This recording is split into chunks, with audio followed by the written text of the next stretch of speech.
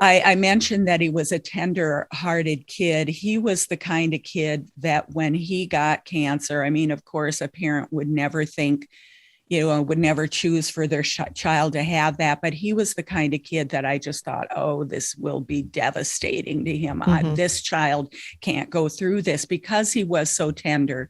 And he actually went through his first year really well. Those of us who I think it's probably relatively common for those of us who have had kids go through cancer, that when he would come home from treatment and he would not even go in the house, he would just run off and play, and he was full of energy.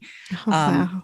So now his cancer, he felt like his cancer was back, but his pediatrician just really kind of said, well, I think David's just kind of particularly sensitive. And she didn't really think that was what it was, but it was in fact back, kind of with a vengeance. It was also in his bone marrow.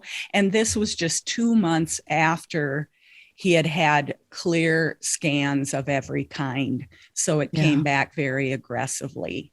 Yeah. And when it came back, he was one of the first, I remember this was 21 years ago, and this was back in 1999 when it came back, and he was one of the first kids to have a stem cell transplant at Children's Hospital in Minneapolis.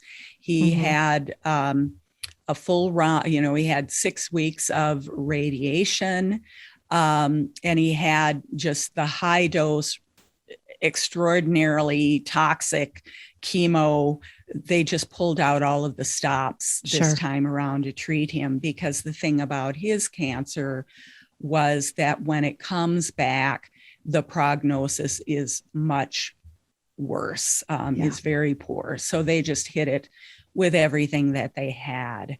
And, he was a fighter. He was aggressive. He used to be mean to the nurses or get mad at the nurses. And we were appalled by that, but they would say, no, this is the kind of, we like to see kids like this because he's fighting. And you want some spunk. Yes. And he, he would become a cheetah. He'd say, I'm a cheetah. And when he had to go get his radiation, he wouldn't tolerate it. They had to totally sedate him to give him just 90 seconds of radiation. Oh my goodness. For 6 weeks, we had to put him totally under every morning for 90 seconds of radiation, because otherwise he would be a cheetah, and he just wouldn't put up with it.